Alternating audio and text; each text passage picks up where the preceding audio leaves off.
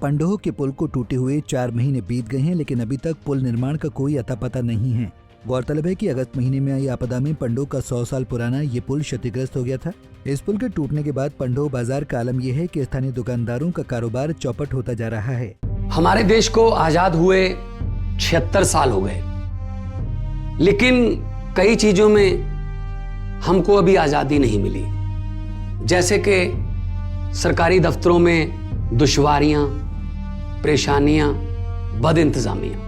हमने आजादी की जंग इसलिए लड़ी थी ताकि हमारी आने वाली पीढ़ियों की जिंदगी आसान हो सके, न कि इसलिए कि वो जगह जगह पर सरकारी दफ्तरों में धक्के खाएं, परेशानियों का सामना करना पड़े। शहीद आजम सरदार भगत सिंह जी के सपनों को साकार करने के लिए पंजाब सरकार ने फैसला किया है कि पंजाब के लोगों को अब सरकारी दफ्तरों के चक्कर नहीं लगाने पड़ेंगे, बल्कि सरकारी दफ्तर खुद चल के लोगों के घर पर आएंगे। अब सरकारी दफ्तरों के चक्कर काटने की जरूरत नहीं, बस डायल करें 1076 और सरकारी सुविधाएं अपने घर पर ही पाएं।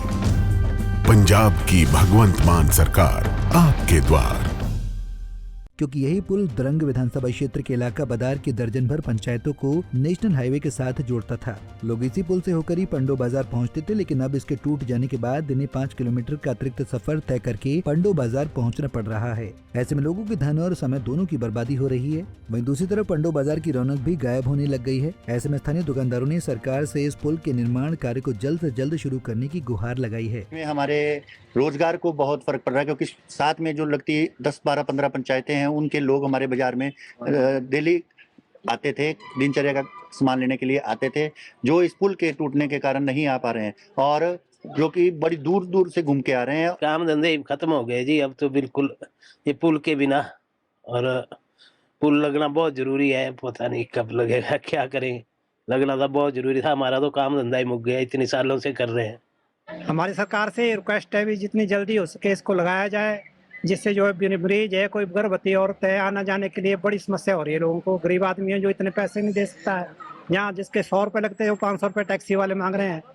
मैं ये बोल सकता हूँ हमारे बाजार के लोगों का रोजी रोटी भी चले और लोगों को भी आने जाने की समस्या जो है जल्दी सरकार से यही उम्मीद करूंगा जल्दी ठीक हो। हालांकि पुल के स्थान पर एक अस्थायी झूला पुल लगाया गया है ताकि सामान को लाया और ले जाया जा सके, लेकिन ये झूला पुल भी सही ढंग से नहीं चल पा रहा है। तो अब तो ये बरसात में ढह गया सारा है, अब इधर उधर जाने के बहुत समस्या हो रही है। ये झूला लगाया था एक, ये भी नहीं चल रहा है, बस अब 3-4 किलोमीटर घूम के आना पड़ता है हमको। जब बाढ़ आई थी तो हमारे बीच में कोई हिमाचल प्रदेश के नेता विक्रमादित्य जी भी आए थे, जिन्होंने इस पुल को बनाने के लिए प्राथमिकता के ऊपर इसके एस्टीमेट वगैरह बनाने की बात कही थी। उसके उपरांत इस पे गडकरी महोदय जी का भी आगमन हुआ, जिन्होंने ये कहा था कि हम जितने भी हिमाचल प्रदेश में बाढ़ से ग्रसित क्षेत्र है उसमें 1 किलोमीटर के अंदर जितने भी हमारे पुल बहे हैं या सड़कें बही हैं, हम उनका निर्माण सेतु योजना के अंतर्गत करवाएंगे।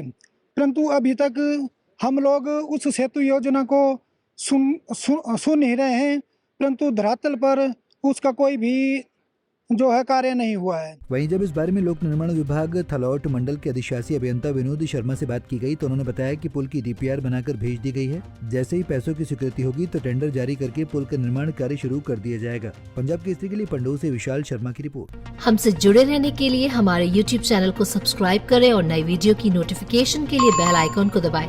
अगर आप ये वीडियो Facebook पर देख रहे हैं तो लाइक जरूर करें और ज्यादा से ज्यादा शेयर करें। इसी तरह के और भी अपडेट्स के लिए फॉलो करें हमारा Instagram पेज himachal.kesri।